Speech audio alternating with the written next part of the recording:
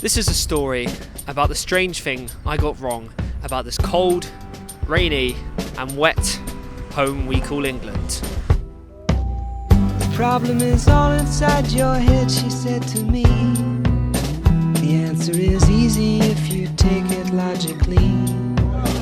I'd like to help you in your struggle to be free. There must be 50 ways to leave your lover.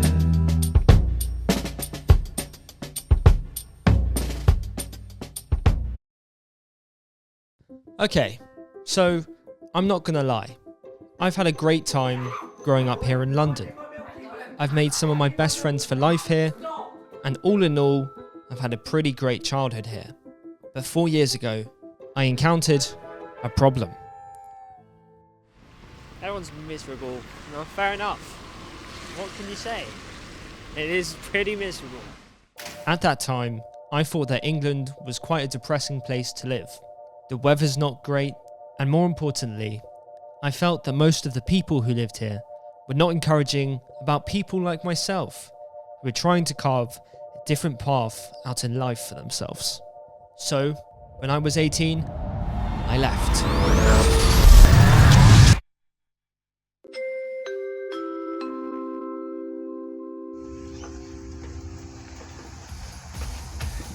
A bit fast. Okay. Lovely. Travelling was fun. I'll tell you what, mate, I'll tell you what, you ain't to beat up, mate.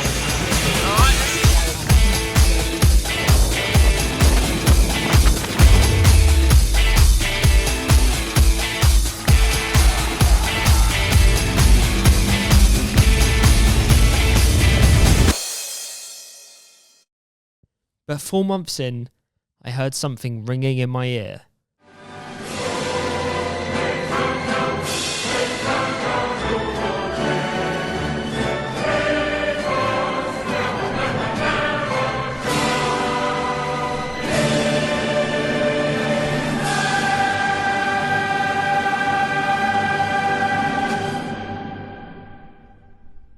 Yes, this place is cold, rainy, wet, and sometimes even quite depressing.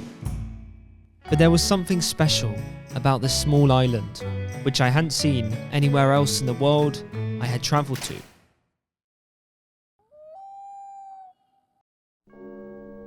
Which is why I'm here, at Winston Churchill's War Room Bunker, used in World War II, to help explain the strange thing I learned.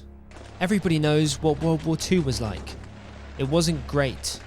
Many nations gave way to the terrorizing regime that was the Nazis, who blitzed their way across Europe, spreading fear among millions. At that time, at the start of the war, it was seemingly impossible to defeat the Nazis. But when the Blitz of London started, most people thought that England too would be terrorized by fear. The people would give in, and the country would fall to the Nazis within a week or two of bombing. But as the country went underground and the bombs rained hell down from above, the British people did something quite miraculous. They laughed.